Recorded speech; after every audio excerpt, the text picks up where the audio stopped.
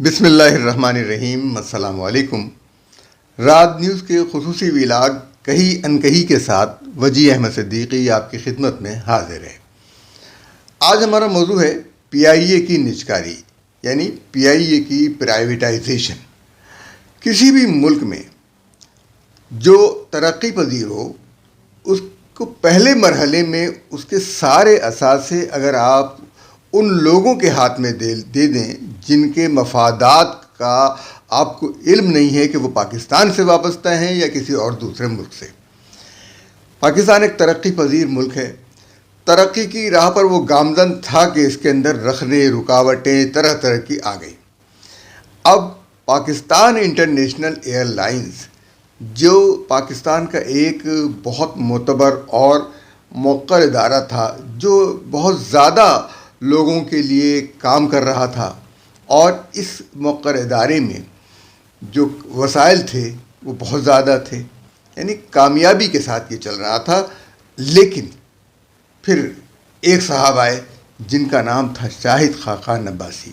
انہوں نے پی آئی اے کو برباد کرنے میں کوئی کسر نہیں چھوڑی۔ وہ اس لیے کہ ان کے ذہن میں اپنی نجی ایئر لائن بنانے کا پلان تھا، اور انہوں نے بنا لی، اور پی آئی اے کو وہ برباد کر کے چلے گئے۔ ان سے کسی نے نہیں پوچھا کہ تم نے ایسا کیوں کیا۔ پھر اب ان سے پوچھا گیا کہ اگر پی آئی اے کو آپ لینا چاہیں نجکاری میں تو میں تو مفت میں بھی نہ لوں۔ ظاہر ہے ان کا تو مشن ہی یہی تھا کہ پاکستان کے قومی ایئر لائنز کو برباد کیا جائے، اور وہ بدقسمتی سے اس ملک کے وزیر اعظم بھی بنے، اور انہوں نے پاکستان کو مزید بربادی کے راستے پر ڈالا کہ آئی ایم ایف کے دہانے پہ لا کے کھڑا کر دیا، آئی ایم ایف کے سامنے کھڑا کر دیا، بھیک منگا بنا دیا، اور ان کے وزیر خزانہ بنے مفتاح اسماعیل، جنہوں نے پاکستانی قوم کو زندہ درگور کر دیا۔ تو کوئی کام جو ہے وہ ہوتا نہیں رہا۔ اچھا، اب جو وزیر نجکاری آئے ہیں فواد حسن فواد، وہ تو پی آئی اے کے ایسے دشمن بنے ہیں کہ ایئر سیال ایئر جنا جو نئی یہ لائن بنی ہے ان کے حوالے کرنے کے چکر میں ہیں۔ اور سوال یہ پیدا ہوتا ہے کہ یہ جو نئی ایئر لائنز بنی ہیں ان کو کوئی تجربہ بھی ہے؟ ان کے لوگوں کو جو پی آئی اے کے اثاثے لے لیں گے؟ ہمیشہ پی آئی اے جیسے ہوا بازی، ریلوے اور مواصلات کا نظام، ٹیلی فون کا نظام ہمیشہ سرکاری نگرانی میں ہوتا ہے، اور اگر پرائیویٹ شعبے کو دیا بھی جاتا ہے تو اس پہ کنٹرول زیادہ سرکار کا ہوتا ہے، اس لیے کہ یہ قومی مفاد کے معاملات ہیں۔ ان کے ذریعے جنگی مواقع پر ان کو نقصان پہنچا کر دشمن کو فائدہ پہنچایا جا سکتا ہے۔ تو اس وقت بھی ایسے لوگ جن کی ہندوستان سے بہت محبت ہے وہ آ گئے ہیں سامنے۔ تو فواد حسن فواد صاحب کو نہ ایئر لائنز کا تجربہ ہے، نہ ہوا بازی کا تجربہ ہے، اور نجکاری کے لیے وہ چل پڑے ہیں۔ ویسے تو ایسے ملک کے لیے جو ترقی پذیر ہے، نجکاری ایک زہر ہے، اس لیے کہ آپ کے وسائل آپ کے قابو میں نہیں رہتے۔ جب تک آپ مستحکم نہ ہو جائیں، تب تک آپ طاقتور نہ ہو جائیں، تب آپ کوئی نجکاری کا پلان دیں۔ اور نجکاری ان شعبوں کی کیوں؟ پاکستان اسٹیل کو برباد اس لیے کیا گیا کہ نجکاری کرنی ہے۔ یہ جس کے اثاثے کھربوں روپے کے اثاثے، اربوں ڈالر کے اثاثے ہیں وہ پاکستان اسٹیل کے، لیکن نجکاری کا شوق ہر ایک کو ہو رہا ہے، اس لیے کہ رال ٹپک رہی ہے۔ اور پی آئی اے کے بارے میں بھی پی آئی اے ایسی چڑیا ہے جس پر ہر حکمران کی رال ٹپکی ہے۔ اپنے مفادات کی خاطر ہر حکمران نے پی آئی اے کو زک پہنچانے کی کوشش کی۔ 2016 میں پی آئی اے کو پرائیویٹ لمیٹڈ کمپنی میں تبدیل کرنے کی کوشش کی گئی، پاکستان کے ایئر ویز کے نام سے ایک نئی ایئر لائن بنانے کی کوشش کی گئی، اور ایک صاحب اعظم سہگل نام کے چیئرمین بنائے، انتقال ہو گیا ان کا۔ تجارت میں یقیناً ماہر ہوں گے، لیکن ایویشن کا کوئی تجربہ نہیں۔ تو ایویشن کے تجربہ کار لوگوں کو، اچھا دوسرے یہ کہ ایئر فورس سے لا کر یہاں لوگوں کو مسلط کر دیا جاتا ہے۔ ایک کمرشل ایئر لائن اور ایک جنگی جہاز اڑانے میں فرق ہوتا ہے۔ تو کمرشل، اور پھر اتنی بڑی تعداد میں پی آئی اے پر اس قسم کے افسران کا بوجھ ڈالا گیا کہ پی آئی اے خسارے میں جانے لگا. تو خسارے میں جانے کی وجہ تو یہ افسران ہیں. ملک کے خسارے میں جانے کی وجہ بھی یہ افسران ہیں، جن میں فواد حسن فواد جیسے لوگ بھی شامل ہیں. یہ افسران، یہ جو بیوروکریسی ہے کہ اس تک کئی سالوں سے اربوں ڈالر کے اثاثے فروخت کر رہی ہے، اربوں ڈالر کی مراعات حاصل کر رہی ہے. تو یہ بیوروکریسی جو ہے ہمارے لیے سخت نقصان دہ، ہمارے لیے زہر قاتل ہے. اگر ملک کو ترقی دینا ہے تو اس بیوروکریسی کا خاتمہ کر دیجیے، یہ ملک ترقی کرنے لگے گا. اس لیے کہ 14.7 ارب ڈالر جو ہے وہ سالانہ ان کی مراعات پر خرچ ہوتے ہیں، اور کہتے ہیں کہ پی آئی اے کو ہم 2-3 ارب روپے دینے میں ان کو تکلیف ہوتی ہے، اس لیے کہ یہ قومی ایئر لائن ہے. اب پی آئی اے کے اندر افسران بہت زیادہ ہیں، اور وہ افسران ہیں جو انڈکٹ کیے ہیں سرکار نے، ان بیوروکریٹس نے.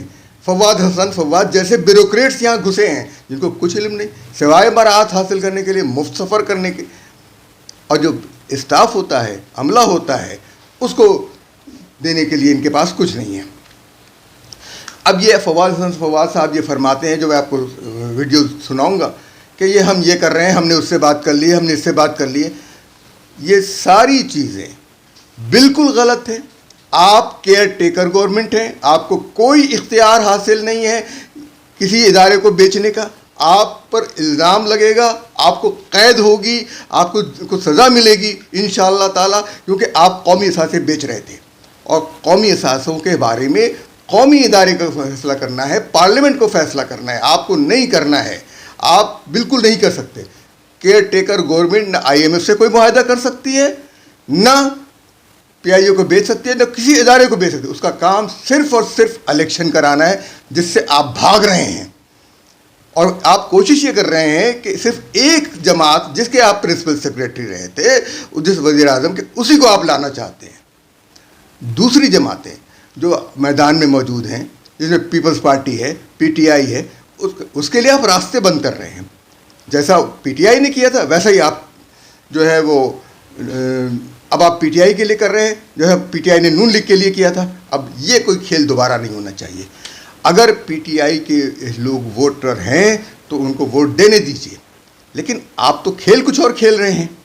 آپ یہ چاہتے ہیں کہ صرف اور صرف آپ کی ایئر سیال ہو، ایئر جنا ہو، یعنی وہ تمام ایئر لائنس جن کا تعلق صرف اور صرف ایک خاص صوبے سے ہے.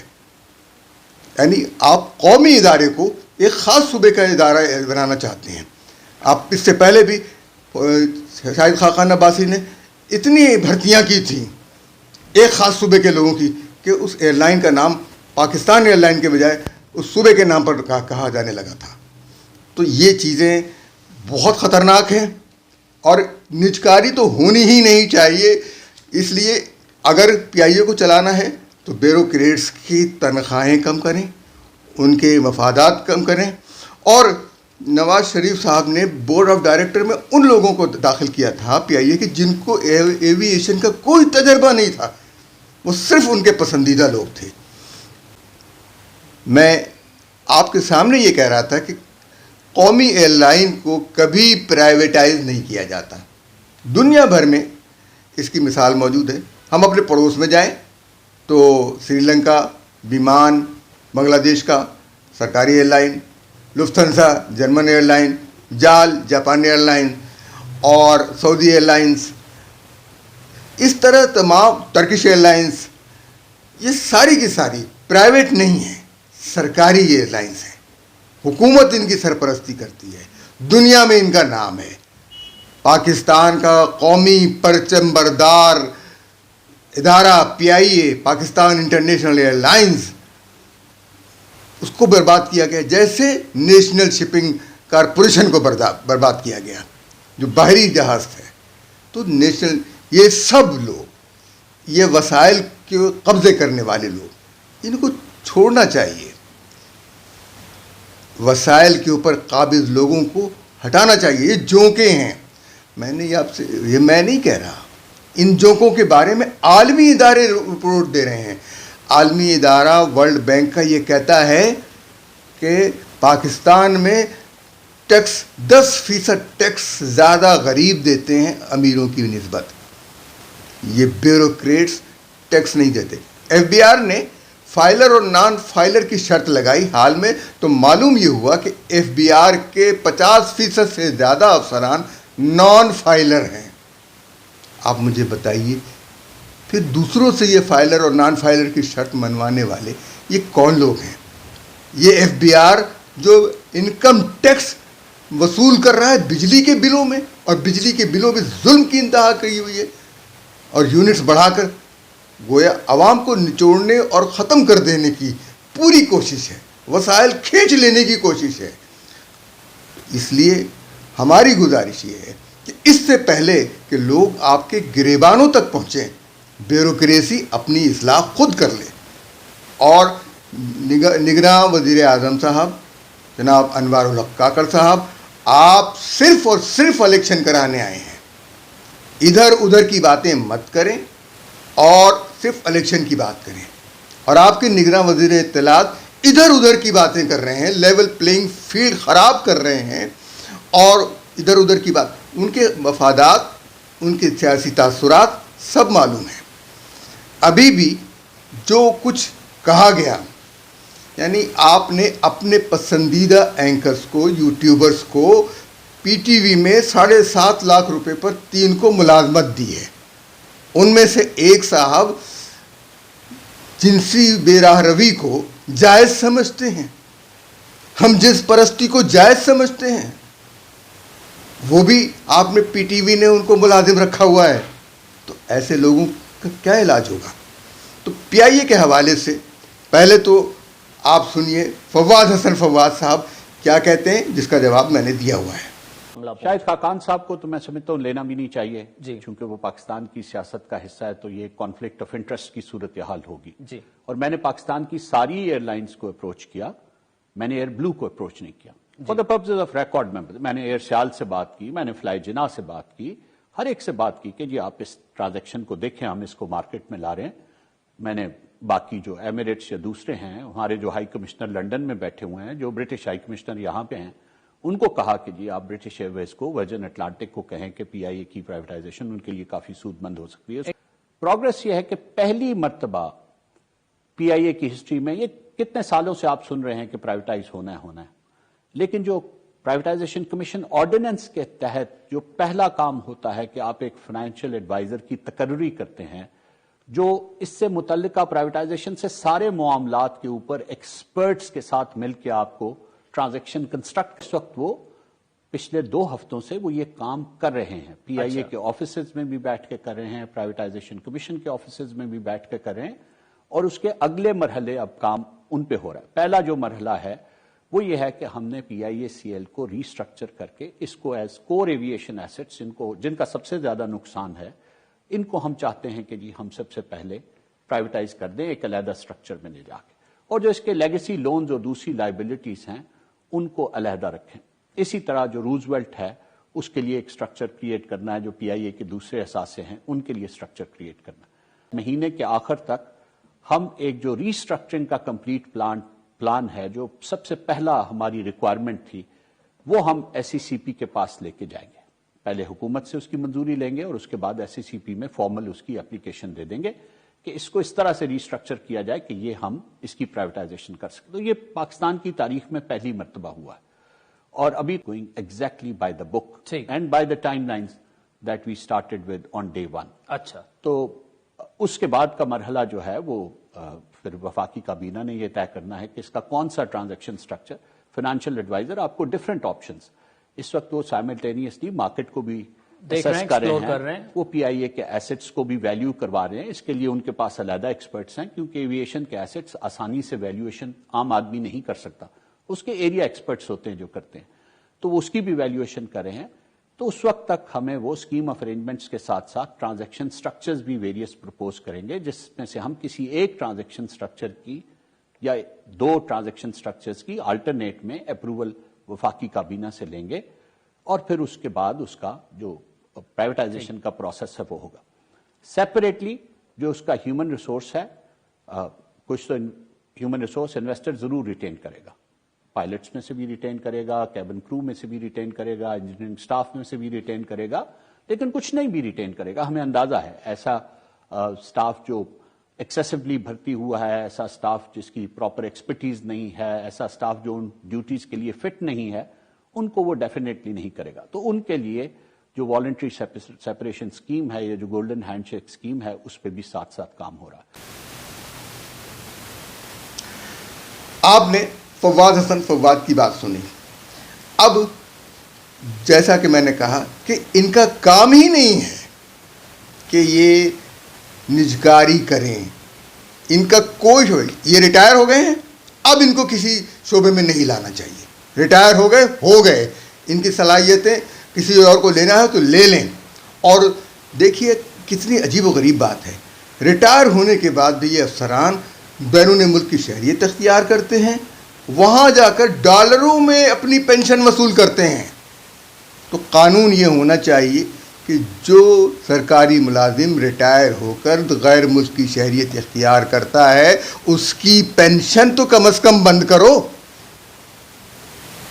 وہ کتنے سرکاری راز لے جا کر بیرون ملک بھیجتا ہوگا، آپ اسے کچھ نہیں کر سکتے، کم از کم اس کی شہریت ختم نہیں کر سکتے تو آپ اس کی پینشن تو بند کر دو.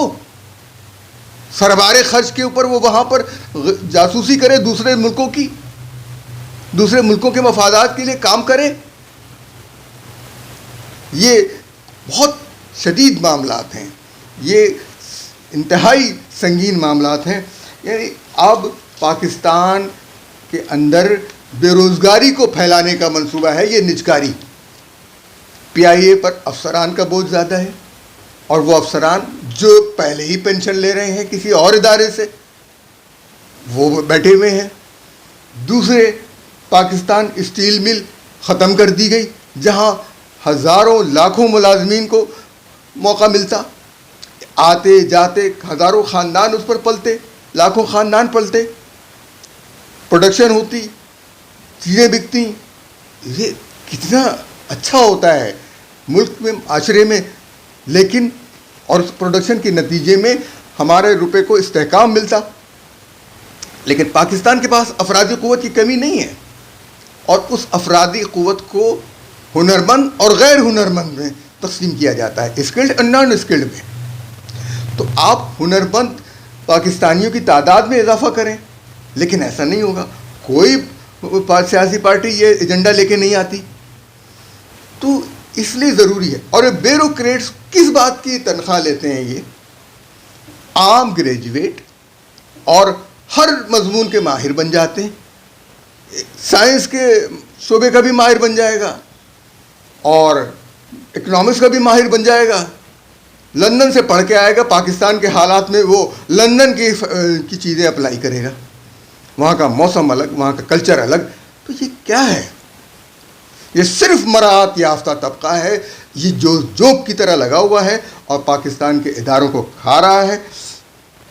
پی آئی اے کے حوالے سے، پی آئی اے کے ایک سابق سرکاری ملازم جن کو صرف اس احتجاج پر نکالا گیا تھا کہ پی آئی اے کے اندر مارشل لا نافذ کیا گیا تھا، قیصر خان صاحب، وہ کیا کہتے ہیں؟ آئیے سنتے ہیں. اب جو پرائیویٹائزیشن ہو رہی ہے اس کے بارے میں یہ کہتے ہیں کہ وہ بلڈنگیں بھی پرائیویٹائز ہو جائیں گی اور روزویلٹ ہوٹل بھی چلا جائے گا. سارے ہے کیا پرائیویٹائزیشن کا کیا نتیجہ نکلے گا؟ بھائی پی آئی اے کی تاریخ بڑی طویل عروج و زوال کی تاریخ. پی آئی اے کا عروج نور خان کی چیئرمین شپ کی زمانے تک رہا، جب پی آئی اے دنیا کی 10 بہترین ایئر لائنوں میں ہوتی تھی. اور پی آئی اے کے پاس اتنا فنڈ تھا، ریونیو تھا کہ وہ اپنے ملازمین کو دینے کے لیے بہانے ڈھونڈتی تھی. کبھی بونس کے نام پر، کبھی ریگولیٹری بونس کے نام پر، ریگولیٹری الاؤنس کے نام پر. جیسے ہی نور خان صاحب کا ریٹائرمنٹ ہوا، اس کے بعد نواز شریف صاحب کی پرائم منسٹر شپ نے پی آئی اے کو زوال کی طرف روانہ کر دیا. پی آئی اے کو، پاکستان کو اوپن اسکائی پالیسی پر نواز شریف صاحب لے آئے کہ دنیا کی جتنی ایئر لائنیں ہیں وہ یہاں آئیں اور اپنے پیسنجر لے جائیں، جتنی فلائٹیں چاہے جائیں. جبکہ پہلے سرکاری طور پر یہ ڈیسائیڈ ہوتا تھا کہ جتنی ہماری ایئر لائن جائے گی جس ملک میں، جتنی فلائٹیں وہ دے گا ملک ہمیں، اتنی ہم فلائٹیں اس کو دیں گے یہاں پر۔ وہ سلسلہ ختم ہو گیا، ہمارے پاس جہاز کم تھے، امارات، گلف، اتحاد، ان ایئر لائنوں کے پاس جہاز بہت زیادہ تھے، سرمایہ بہت زیادہ تھا۔ انہوں نے انٹرفیئر شروع کیا اور ہمارے بڑے لوگوں کو برائب کر کے بنگلے اور فلیٹس دبئی میں فیسلٹیز مہیا کی، اور ان کو اس بات پر تیار کیا کہ وہ پی آئی اے کا بزنس ہمارے حوالے کرتے رہیں۔ اس طرح پی آئی اے کا کارگو بزنس ٹوٹل دوسری ایئر لائن لے گئی۔ پی آئی اے کے اس زوال کے ساتھ ساتھ اعجاز ہارون صاحب کے زمانے میں ٹرکش ایئر لائن سے ایک بہترین معاہدہ ہوا ہمارے پاس، جو فقید المثال معاہدہ تھا۔ اس سے بہتر کوئی معاہدہ پی آئی اے کے حق میں ہو نہیں سکتا تھا، لیکن جبکہ زرداری صاحب صدر تھے، ان کے وزیر دفاع نے اس معاہدے کی مخالفت کی۔ سب سے پہلے اس معاہدے کی مخالفت ہمارے پائلٹس کے ایسوسیشن نے کی، پھر یونین نے کی۔ پائلٹس کا یہ تھا، وہ کہتے تھے ہم صرف استنبول تک جائیں گے، ہمارے یورپ کے الاؤنس بند ہو جائیں گے۔ حالانکہ یہ بات طے تھی کہ جہاں پی آئی اے ڈائریکٹ جاتی ہے وہاں ڈائریکٹ جائے گی، چاہے وہ لندن ہو، وہ شکاگو ہو، وہ نیو یارک ہو، وہ ٹورنٹو ہو۔ لیکن اسے ایک سازش کے ذریعے اس معاہدے کو سبوتاژ کر دیا گیا۔ اس معاہدے کی سبوتاژ کرنے کے بعد پی آئی اے کی ترقی کی جو امیدیں تھیں ہمارے سامنے ختم ہوتی شروع ہوئی۔ پھر پی آئی اے کا اپنا نقصانات بڑھنا شروع ہوئے۔ عمران خان صاحب کی گورنمنٹ میں ایک ایسے وزیر آئے، ثقافت یا ہوا بازی کے وزیر، کہ جنہوں نے بین الاقوامی طور پر بم پھوڑ دیا پی آئی اے کے خلاف۔ انہوں نے کہا جی پی آئی اے کے پائلٹوں کے پاس لائسنس ہی نہیں ہے، یہ بغیر لائسنس کے جہاز اڑاتے ہیں، 50% ہے۔ اس کی انکوائری ہوئی، عدالت میں کیس گئے، ایف آئی اے نے انکوائری کی، ٹوٹل غلط ثابت ہوا۔ آج تک ان سے کسی نے نہیں پوچھا کہ اللہ کے بندے تمہاری وجہ سے پی آئی اے پورے یورپ میں بند ہو گئی، نقصانات ہمارے ذمہ آ گئے۔ ان سے کسی نے نہیں پوچھا آج تک۔ اب صورتحال یہ ہے کہ کہتے ہیں کہ جو موجودہ حکومت میں لوگ ہیں، عبوری حکومت میں، ان میں سے کچھ لوگوں کا انٹرسٹ یہ ہے کہ انہی ایئر لائنوں کے کہنے پر، امارات، اتحاد اور گلف کے کہنے پر، یہ پی آئی اے کو پرائیویٹائز کریں، اور پی آئی ویٹائز اس کو اس طرح کریں کہ اس کے جتنے اثاثے ہیں وہ بھی ان کے حوالے کر دیے جائیں، جبکہ 49% شیئر میں ٹوٹل اثاثے دینے کی کچھ تک سمجھ میں نہیں آتی۔ دیکھو جو پی آئی اے کے سابق ملازمین ہیں یا جو لوگ ہیں جو دلچسپی رکھتے ہیں، ان کا کیا؟ ہمارا موقف تو یہی ہے کہ پی آئی اے کو پرائیویٹائز نہیں ہونا چاہیے، ری اسٹرکچرنگ کریں گے اس کی، اور اس کو بہترین ایئر لائنوں میں لائیں، افرادی قوت کے لحاظ سے اور ٹیکنیکل لحاظ سے۔ ہم نے وہ وقت دیکھا ہے، کم کیے جائیں، کارکنن بڑھائے جائیں۔ جی، جہاز بڑھائے جائیں، جہاز لیز پر لیے جائیں، خریدے نہ جائیں، ان کی مینٹیننس اپنے ذمہ نہ لی جائے۔ جس طرح امارات ایئر لائن کے ٹوٹل جہاز جو چلتے ہیں وہ لیز پر چلتے ہیں، ہم بھی لیز پر جہاز لیں، اپنا بزنس بڑھائیں، اپنے بزنس کو ایکسپینڈ کریں، اور لوگوں کو اس چیز پر اپائنٹ کریں کہ جو شعبہ ہمیں زیادہ ارننگ دے گا اس کو ہم زیادہ فائنینشیل بینیفٹ دیں گے۔ ایک وقت تھا کہ پاکستان کی اس ایئرپورٹ پر کراچی میں 40 ایئر لائنوں کا مینٹیننس پی آئی اے کرتی تھی، 40 ایئر لائنوں کو فیلڈ سروس، کھانا، دوسری سروسز پرووائڈ کرتی تھی پی آئی اے۔ آج اس کو پی آئی اے کا حال یہ ہے کہ اس کو کھانا باہر سے خرید کر اپنے پیسنجرز کو دینا پڑتا ہے، جس کا معیار گرتا جا رہا ہے۔ اس لیے بہتر یہ ہے پی آئی اے کو ریسٹرکچر کریں، اس کی صلاحیتوں کو بڑھائیں، اور ایسے لوگوں کو ٹاسک دیں کہ جو اس کو بزنس لے کر دیں۔ بہت شکریہ طاہر بھائی آپ کا، شکریہ۔ یہ وقت ہے کہ سدھر جائیں، ٹھیک راستے پر چلے آئیں۔ پاکستان کو بچانا ہے تو ہر پاکستانی کو پاکستانی سمجھنا ہوگا، صرف ایک خاص علاقے کے رہنے والے پاکستانی نہیں ہیں، اور پاکستان کے اداروں میں ہر ایک کو موقع دینا ہوگا، زیادہ سے زیادہ لوگوں کو موقع دینا ہوگا۔ میرا کہنا اب بھی یہی ہے کہ اعلیٰ سے اعلیٰ، زیادہ سے زیادہ تنخواہ، زیادہ سے زیادہ تنخواہ 3 لاکھ روپے، اور جن کو مراعات ملتی ہیں تو ان کی مراعات 2 لاکھ سے زیادہ نہیں ہونی چاہیے. یعنی مجموعی طور پر ایک افسر کے اوپر 5 لاکھ روپے ماہانہ سے زیادہ خرچ نہیں ہونا چاہیے، چاہے وہ جج ہو، چیف جسٹس ہو، چاہے آرمی چیف ہو، جو بھی ہو.